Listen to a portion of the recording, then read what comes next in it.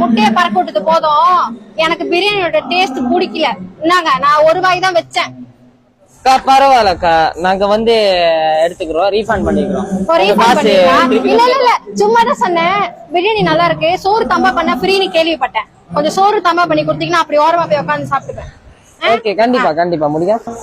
நம்ம பக்கெட் பிரியாணி தெரியுமா? அங்க பாருங்க, சோற பாருங்க எப்படி இருக்குன்னு. சாப்பிட்டுட்டே இருக்க சொல்லும். பிரியாணியோட டேஸ்ட் செம்மையா இருக்கும். யாருமே வந்துட்டு நல்லா இல்ல அப்படின்னு சொல்லிட்டு இன்ன வரைக்குமே ரிட்டர்ன் பண்ணது இல்ல.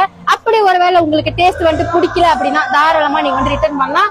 ஒரு வாய் சாப்பிட்டுட்டு உங்களுக்கு பிடிக்கல அப்படின்னா ரிட்டர்ன் பண்ணுங்க, உங்களுக்கு நாங்க வந்து காசை ரீஃபண்ட் பண்ணிடுவோம். பிரியாணியோட டேஸ்டும் அதோட குவாலிட்டி மேல இருக்கிற நம்பிக்கைனால தான் நாங்க அதை ரீஃபண்ட் கொடுக்குறோம் அப்படின்னு சொல்றோம். மத்தபடி சாப்பாடு அடிபூலா இருக்கும். கண்டிப்பா ட்ரை பண்ணுங்க. நம்ம இப்ப எங்க இருக்கோம்னு பாத்தீங்கன்னா KSL எஸ்பிளேட் மால் பண்டா பஸ்தரி கிளாங் ஸ்லாங் தான் இருக்கும். உங்களுக்காக இப்ப பிரம்மாண்டத்தின் உச்சக்கட்டம் பியாண்ட் இன்டர்நேஷனல் இந்தியன் எக்ஸ்போ ரொம்ப பேசார பாரம்பரியம் நான்